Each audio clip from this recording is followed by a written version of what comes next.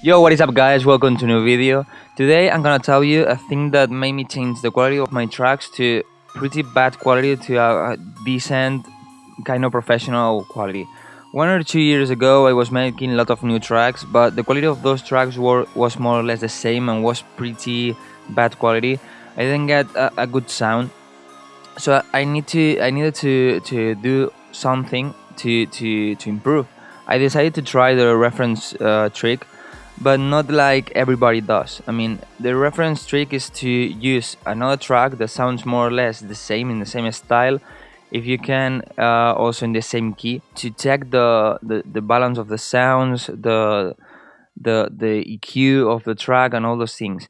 But the thing is that if you use a made track, if you have your track and you compare your track to another one, what's gonna happen is, for example, you're gonna try to compare your leads, the leads of that track.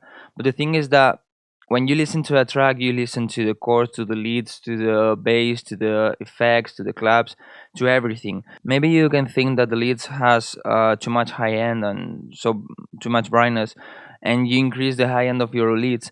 But maybe it's not because of that. Maybe they have used white noise, or it is because of the chords or whatever. So what I try to do is use the reference trick by using stems. Some people upload it to Splice, the project of the tracks, so you can download them for free, and you have the stems of the track. And also you can download the stems of some tracks because of remix contests too. So what I did is start searching for tracks that I like, start searching for remix contests. So I started downloading lot of stems, and now that's what I use in all of my tracks. So here I have some of the stems of my new track Zenith. You have the link below. You can download it for free on SoundCloud. You can listen to it on Spotify, YouTube, iTunes, Google Play, everywhere. And here what I have is two tracks that I like that more or less sound similar. Okay, so first of all, what you have to do is to match the volumes, the TT dynamic range.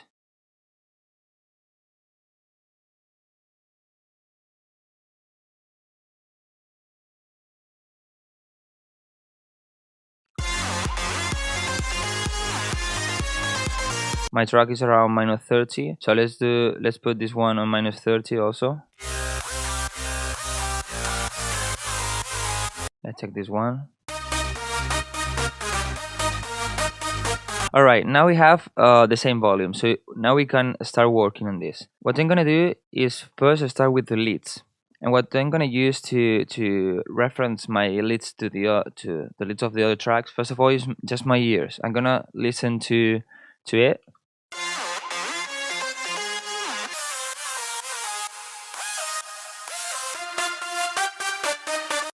All right, more or less, it sounds similar, but I think my leads needs a bit more brightness. But to check this, I'm gonna use the Ozone 6 Equalizer. I used this on my mastering tutorial.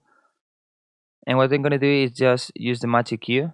I'm gonna just skip this process to make the video faster. Okay, so here we have my track and the Julian color one. And what I'm gonna do is just match the key. I'm gonna put on 70 of smooth and 30 of amount, so I can really see the difference.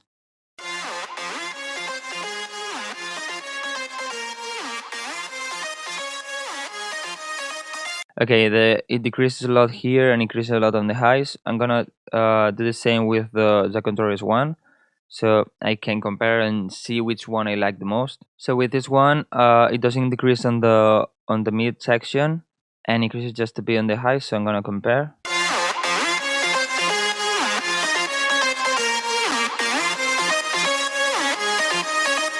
It makes it a bit brighter. So what I would do now is to send this EQ to the lead mixer channel. Capture again the one of Julian Calor, and send this one now also here. So now what I would do is just start checking. I sometimes do is just scroll down all these things. So I don't know now which one is the Julian Calor one and which one is the second Taurus one. So I don't know which one is which. So just thinking with my ears. I don't think, oh, this is the one with Julian Calor, and I like more that track. So let's compare.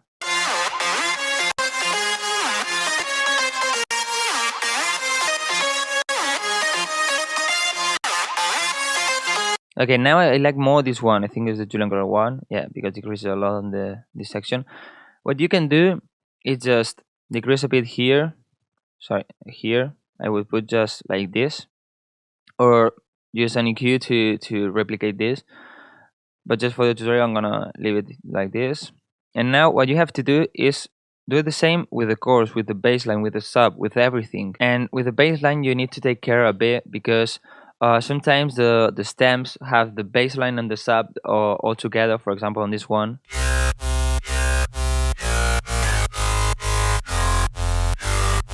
So if you have the baseline and the sub separated, what you have to do is just use an EQ before before you compare the EQs, so the Ozone equalizer doesn't boost on the sub bass.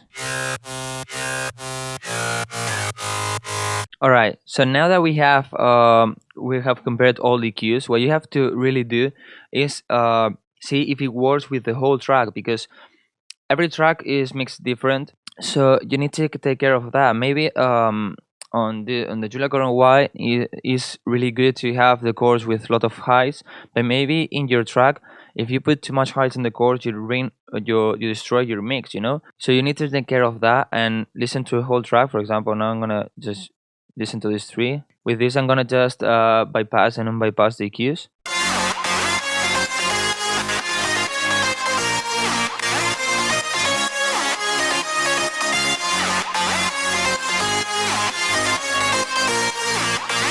It sounds a bit brighter. Maybe this one is too much. Maybe 5% or something like this. Okay, so now imagine that you have this, and you have already mixed with EQ. You have referenced your track with EQ. Now what you have to do is to check the stereo. A quick tip before we go to the stereo imaging thing is that when you compare with EQ, I recommend you to put this in mono, because when you EQ things and, for example, you use the highs, what's gonna happen is that you're gonna feel that it's wider. So maybe when you compare before and after, you think that now it sounds better because it's wider. So if you put it in mono, you avoid this problem. So now what we're gonna do is start checking the stereo imaging. For that, I'm gonna use the Ozone imager, because I can see here the spectrum and here also. So let's start just with the leads.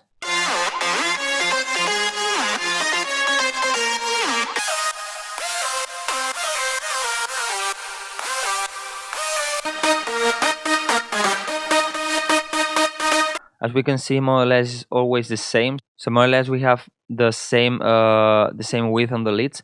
But the thing is, maybe you don't have the same width in every section, and maybe you have too much. Your mids are maybe too wide. So what I like to do is compare band per band.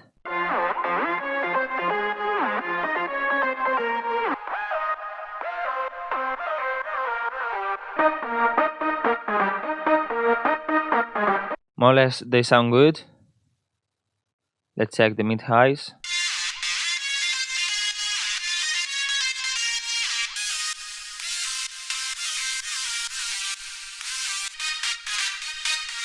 And this one I think I would reduce a bit. So I'm gonna load here the imager and just a little bit, and check the top end, the top highs.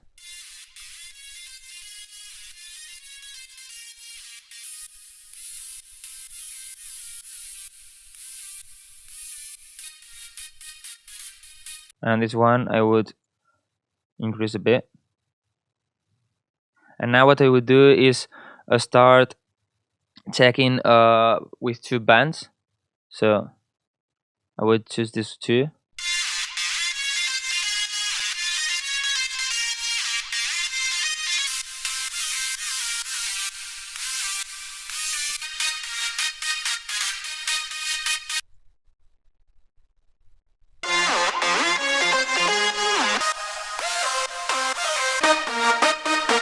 Okay, so now I'm just gonna leave this way and increase a bit more this one.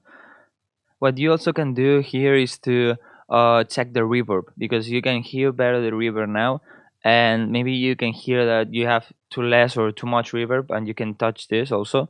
Okay, guys, so now that you have compared with the EQ, you have compared with the stereo width. So now that you have compared your leads with the leads of other tracks, checking the EQ, checking the stereo width, and also the reverb, as I said, you know better how the leads need to sound. You know if you maybe are putting too much mids on the leads, maybe you need more highs on the leads, also on the chords, on the bass line, on everything. So you know better how everything needs to sound, and at the end, if you do this in every track, at the end you're not gonna need to do this reference thing, because you already know how the things need to sound. So it's a really cool trick.